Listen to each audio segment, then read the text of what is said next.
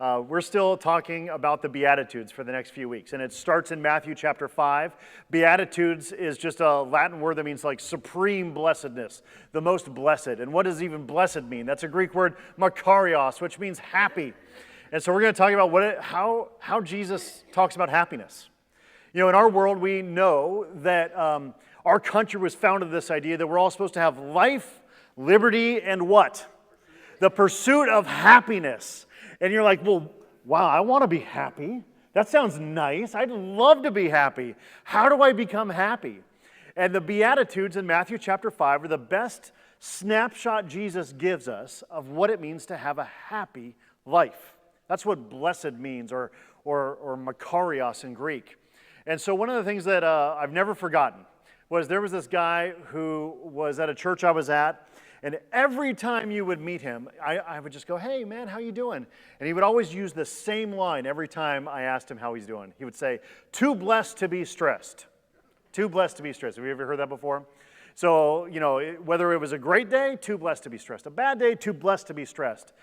And I'll be honest, I never trusted him. Because anyone that uses like a one-liner like that consistently isn't really telling me how they're doing, right? So if someone says, if I go, how are you doing today? And every time you answer with the same line, what that tells me about you is that maybe you don't even know how you're doing, but I definitely don't know how you're doing. And so this guy, he was always too blessed to be stressed, but trust me, he should have been stressed. I mean, I remember meeting him one day toward the end of my time there at the church I was at, and, you know, he had his van taken away from him, and he went back to being homeless, and he was trying to find work, and I was like, man, you might have wanted to be a little more stressed a while back. Of course, there's like a deep joy that goes through all of our ups and downs that we can have, and maybe that's what he was referring to. But what Jesus is talking about here when it says too blessed to be stressed isn't that kind of mentality. It's how do we find real blessing in the midst of stress? How do we find real blessing and happiness when life isn't going perfectly? You know, last time we talked about how blessed are those who are mourning, for they will be comforted. That's not too blessed to be stressed. That's like I'm stressed beyond belief, but even in the middle of it, I can find God. Today we're going to talk about the next two that we find on the list, and they say this: blessed are those who hunger and thirst for righteousness, for they will be filled. And blessed are the merciful, for they will be shown mercy. Those are the two that we're going to focus on today. You should be really thankful you're at a Presbyterian church and not a Baptist church today. Because, I mean, I could go on for hours about each one, but we'll limit this to just a little bit. And so I should just tell you that as a pastor, one of the things that hurts me, and I don't know how to help it, is there's so many important things to reflect on and talk about. I put a lot of energy into making sure I do the best that I can. But my prayer for you is that you take what we talk about on Sunday and use it as a launch pad to go deeper, not like the end of the topic. Because trust me, that's not how it is with me. And so today we're going to start by just talking about what does it mean to hunger and thirst for righteousness, and then God's promise that those people will be filled. Do you ever want to be filled? What does that mean? You know, I take my car to Sheetz often to fill it up, and I know my car is happy when I fill it up. When it's empty, what happens to it? It stops working. You know, when I'm hungry, what do I want? I go to Cheesecake Factory, and I find more than I could ever imagine or want. You know, it's almost overwhelming, right? You get to page 14, and you're like, I just want something. I don't know what, but I want something. You know, I'm teasing, but like, what does it mean to be filled? From a spiritual perspective, from an emotional perspective, we kind of have a taste of what it means to be physically filled, but even that we know is fleeting, right? What does it mean to be filled, and what does it mean to hunger and thirst for righteousness is what we want to talk about for just a minute. So there was this guy, and it's one of the weirdest books. He wrote one of the weirdest books that you find in the entire Bible, and it's called Ecclesiastes. I don't know if you've ever read Ecclesiastes. It's somewhere in the middle of that Hebrew Scriptures, Old Testament that we find. And if you read it, looking to think, man, I just need some spiritual encouragement today, and you accidentally open it up to Ecclesiastes, bad decision. Really bad decision. Because what you're going to find when you open up Ecclesiastes is a guy that has no good advice for you anymore. This is what he says.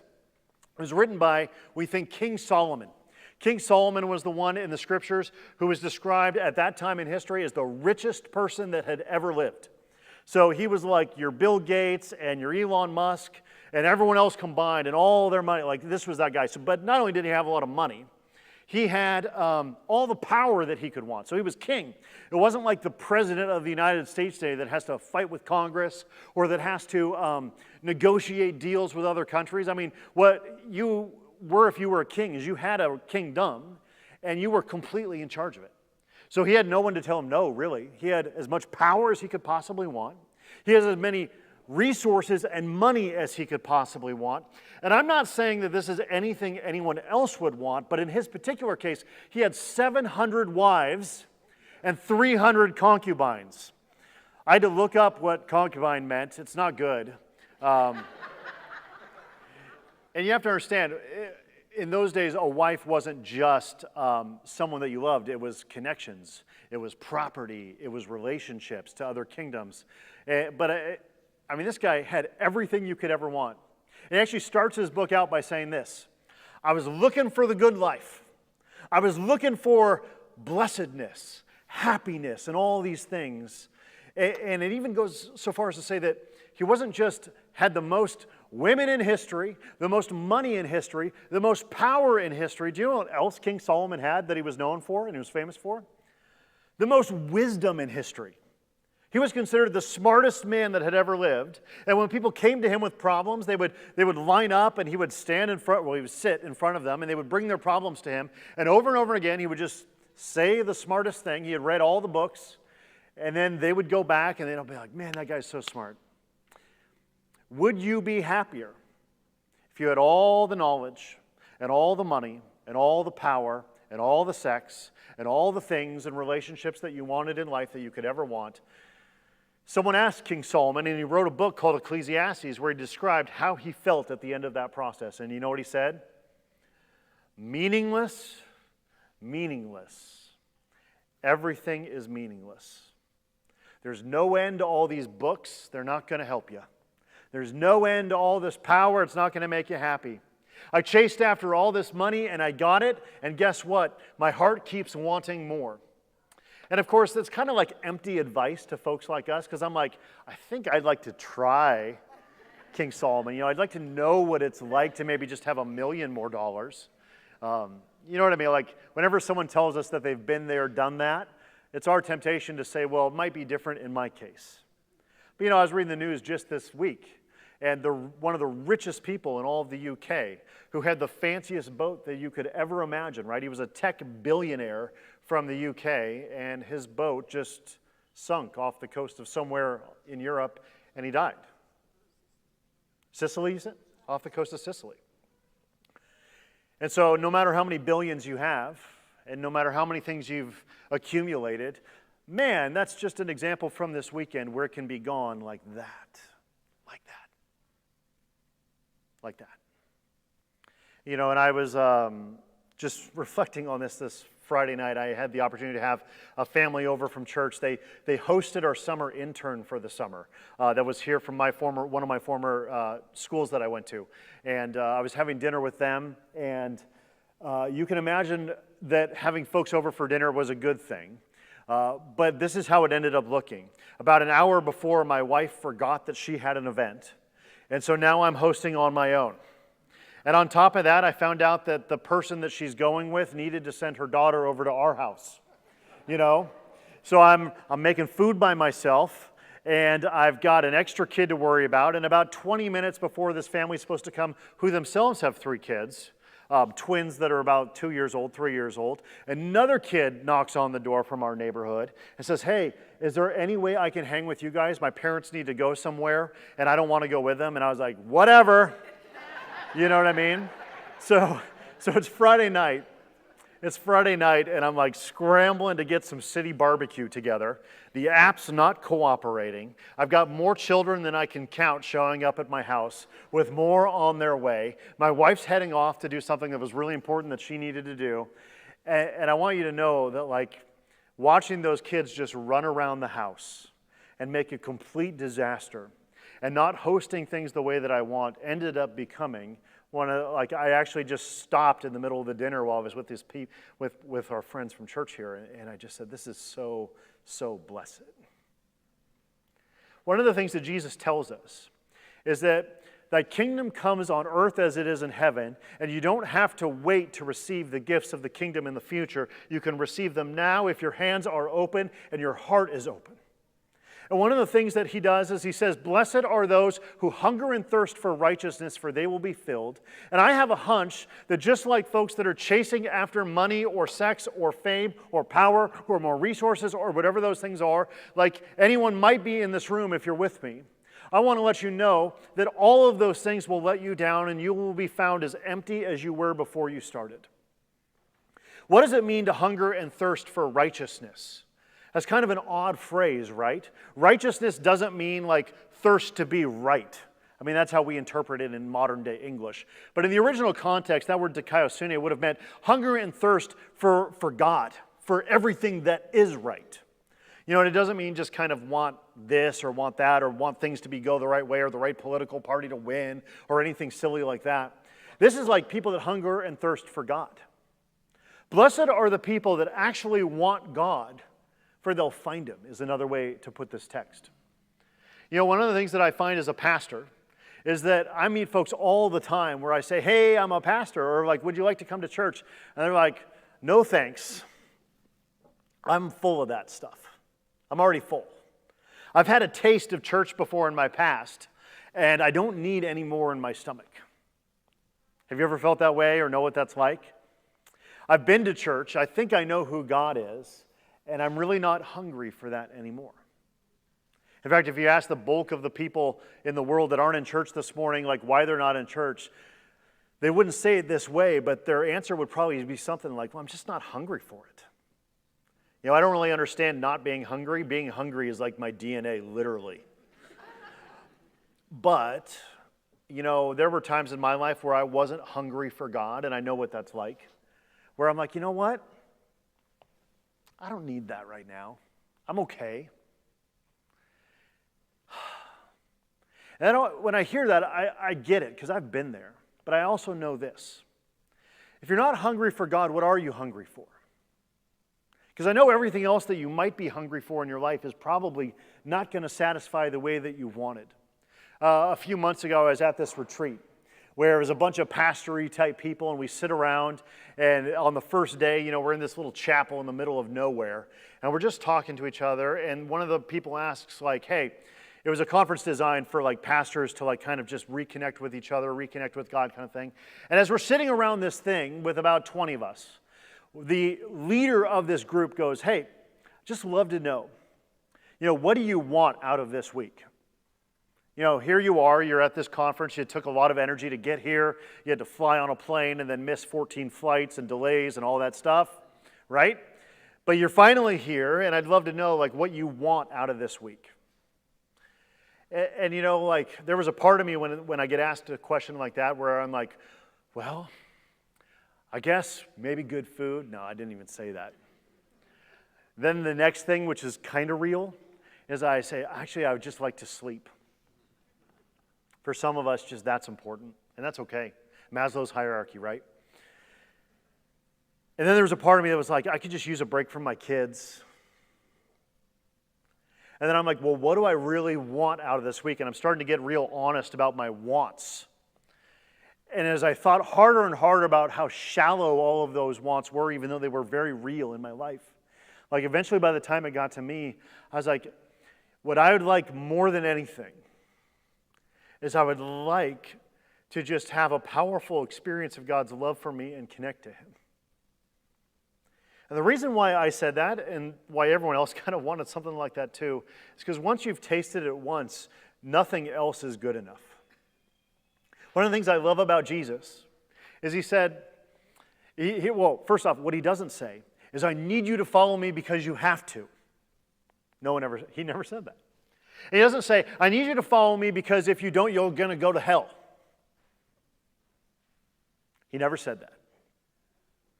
He never threatens us into the kingdom, and He never forces us in any way. In fact, there's no connection between force or pushing and love.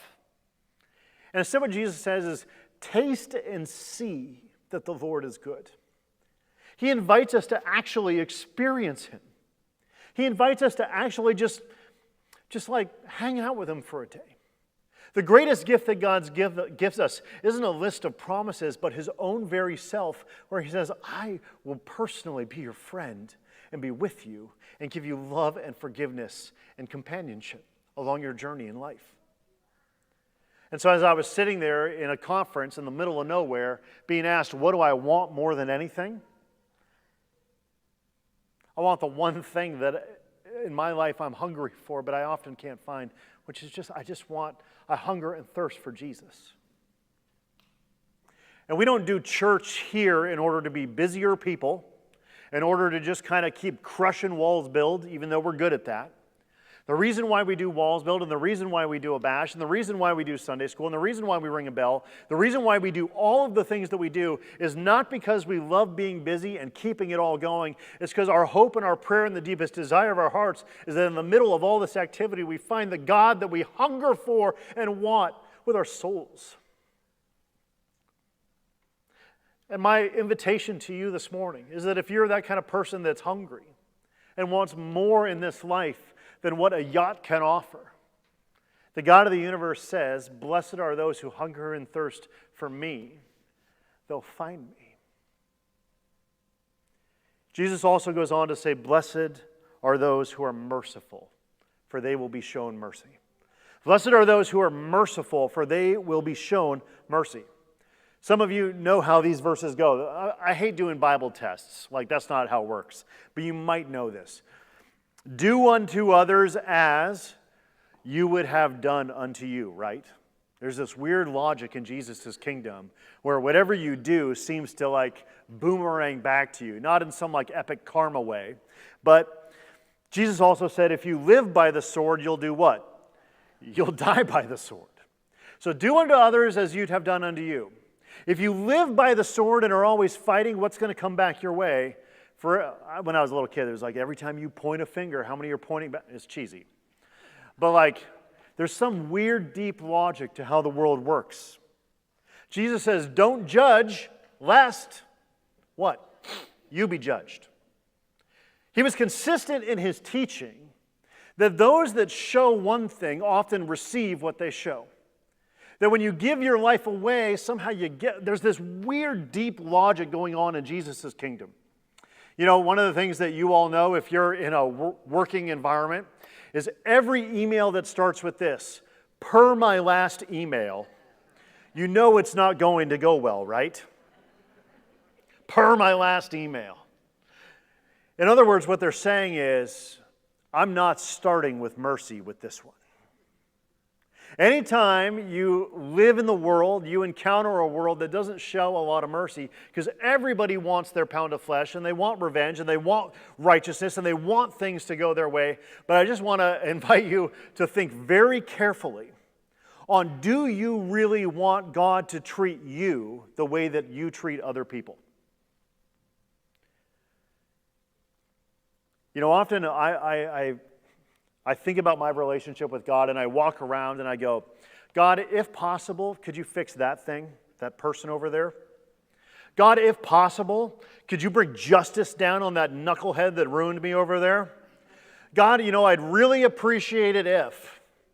You know what I mean? And like we get into this relationship with God and the world where it's never meeting our expectations and we stand over and above all the people in our life with judgment and with a lack of grace, and with kind of just this demeanor of everything else is inferior and not good enough.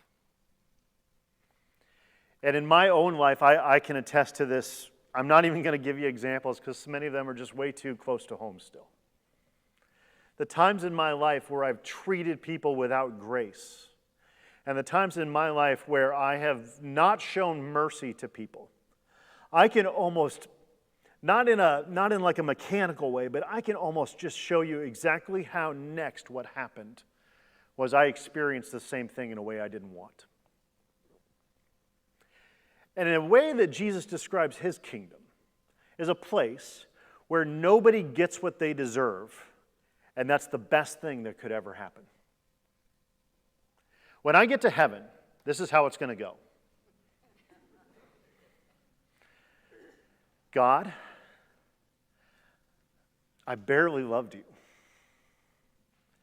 I know I didn't do or live the way that I should have. And I know that when I look back at my life, I can see images and streams of activity that I regret, that I'm ashamed of. I did some good things. That's not what comes to my mind right now. Instead, what comes to my mind is I wish I would have invested more into my kids and not been so selfish. I wish I would have loved my wife better and treated her like she deserved instead of whatever stupidness I did. I wish I would have worked harder, not because I needed to work harder, but because of how precious that time was and the difference I could have made in other people's lives and in my own. I wish I took better care of myself, because I'm supposed to love others as I love myself, and I didn't do that very well, and I could have done a better job if I would have just, and I just, you know what I mean, and I'll stand there before Jesus, unmerciful to myself, because I'm being honest. And I'll just be like, man, I wish I could have been there. And the God of the universe will look at me, and he won't say, per my last email. Instead, the Lord of the universe will reach out his hand without words first and touch me and say, Chris. He'll say my name, my bad. And he'll say, I want you to know that before you were born, I loved you and I died for you. And my mercy for you, my unconditional grace and forgiveness is more than you could ever know. And I set you free from all that stuff. Come into my kingdom. And in Jesus' kingdom, it's a place where it says, show others mercy the way you want to be shown mercy. And I know if I'm being honest with God, I do not want God to judge me based on what I've done, and I don't want what I deserve, because what I deserve isn't very much when I'm being honest with myself. And I'm so thankful to God that in his kingdom, it's a place where we can go where we don't experience divine justice on me. God accomplished divine justice on the cross by taking upon himself all the punishment of the world. And instead what he does is he says, my kingdom is not a place where you get what you deserve. It's a place where you experience unconditional grace. The vision here at Liberty that our elders came up with over many months as we were meeting was, we want Liberty to be a place where grace is always found and all people are welcomed into Liberty's historic family of faith. And I was so proud of them when they did that. That wasn't language I came up with. But they knew that this was a place, when it was at its best, it was a place where people didn't walk in and experience judgment. How many churches have we either heard about or known, and I imagine ours has been that way too in the past at times, where if you walked in without the right clothes, you didn't feel like you belonged. Or if you walked in without the right beliefs, you weren't sure if you fit in. Or if you walked in just with a past that you couldn't shake, that somehow this whole church thing wasn't for you. And it breaks my heart to think that any church anywhere that represents the real God could be a place where grace isn't found, because anywhere Jesus is a place where we find unconditional mercy. And so if you're here today and you're like, man, I don't know if God could love me, or I don't know if God could ever forgive me for what I've done, or for what I'm going to do, or for anything that's in my past, I just want to encourage you that the kingdom Jesus talks about says this, in my kingdom, blessed are the merciful, for they will be shown mercy. And that's an encouragement to you and I, that we can travel lightly in this world as we go. And it's not our job to be the judgers and fixers of everything that we see, but instead just to be like, God, how can I show them grace the same way that I need it in my heart? Do you want to be happy? That pursuit of happiness, right? I imagine you do. I do. I really want to be happy. Well, two of the ways that Jesus offers us today is if you want to find happiness, you'll seek him more than you seek the things of this world. And you'll be merciful to people, knowing that that's what you need in your heart as well.